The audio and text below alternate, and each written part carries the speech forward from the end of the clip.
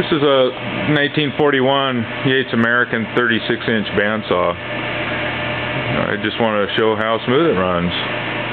Got my little vibration testers sitting there. The PVC plastic just blocks the wind because the wheels create enough breeze to blow the coins over if I don't block the wind.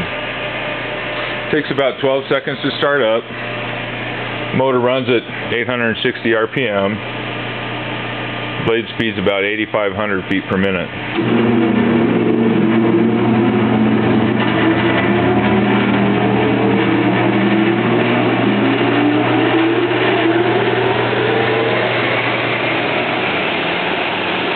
That's full speed right there.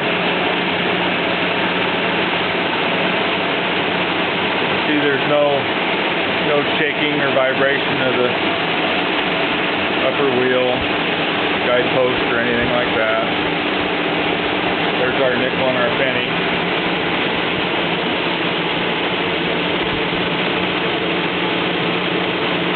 I'll take the plastic away and show you the breeze.